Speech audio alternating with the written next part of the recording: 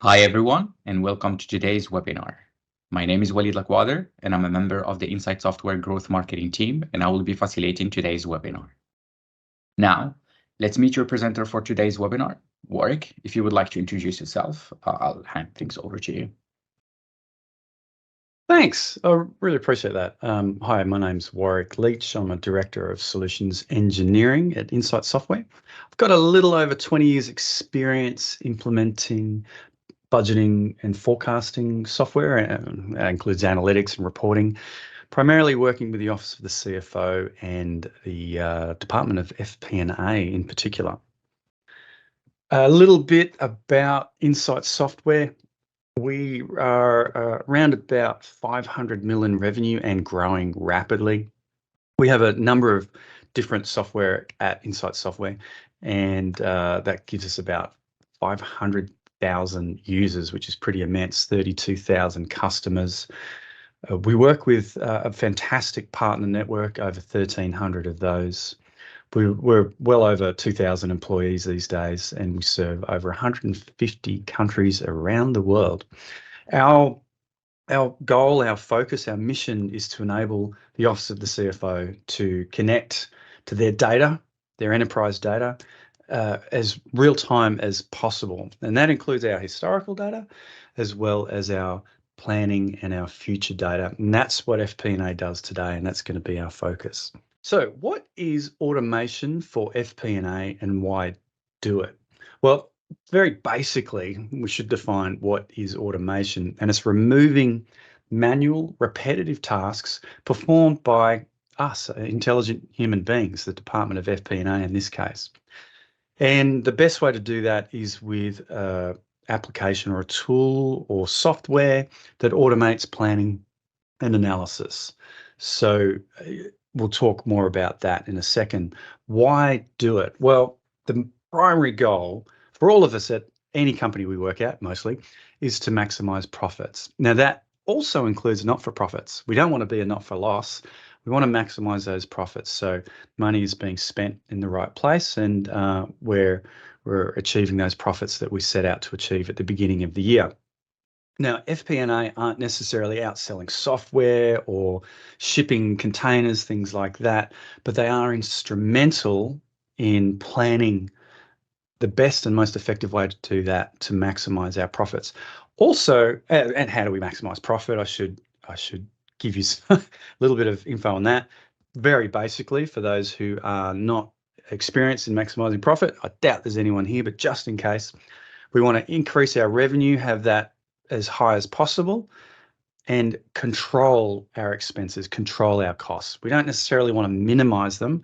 I think that's a little impossible these days. If we want to invest in the organization, we need to spend money, but we want to be able to control those. The best way to do that is to invest in technology to give FP&A the right tools to do their job. What's the fantastic outcomes that are going to come not just having increased profit margins, but you're going to increase the performance of your FP&A team. I've seen this time and time again. Given the right tools, FP&A teams are very effective. How are they more effective? Well, they're not spending time in spreadsheets, copying and pasting, hoping formulas look right, checking, double checking, getting someone else to double check. Working in spreadsheets, I've seen up to 150 megabytes for reporting and analysis and planning every week, a team of 3 in that case. It was a hideous process. We actually condensed that down to 8 hours for one person. So the benefits can be quite huge. So you're going to have better data coming out of the Office of the FP&A. They're going to be a lot more agile because they're going to have data at their fingertips. Not manipulating data in a spreadsheet is going to save a lot of time, therefore a lot of money. They're going to have hands on their data so they can do that manipulation. And it's not just the Office of the FP&A, that team, not just the Office of the CFO, but it's broad. It's well beyond that, all the way to the coalface, if that makes sense.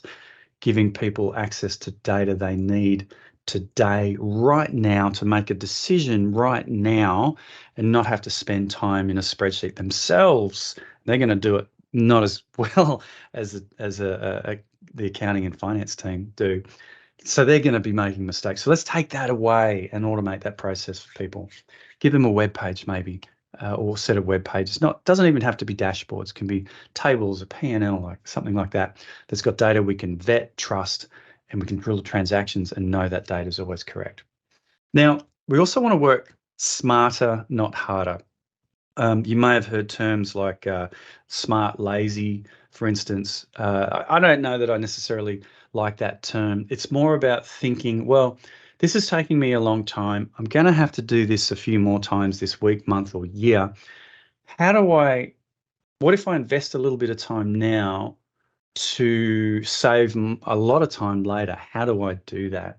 So spend a little bit more time thinking and planning, and then less time doing. On top of that, with good technology, and I've seen this before, a great example is a CFO, friend of mine who used to run and manage an organization as a CFO. It was an aged care organization, quite a large, multi-million-dollar organization. One of his goals was to make sure that his team, his finance team, FP&A team, don't work overtime. At 5:30, he would walk the floor and make sure that people weren't working, they were packing up to leave, or if they were working, maybe they started a little later that day, or they wanted to leave earlier on Friday, so they're making up some hours to get out the door a little earlier on Friday. He would ask them questions. Hey, why are you here? I want to leave early Friday, or I've got a problem. This happens every month.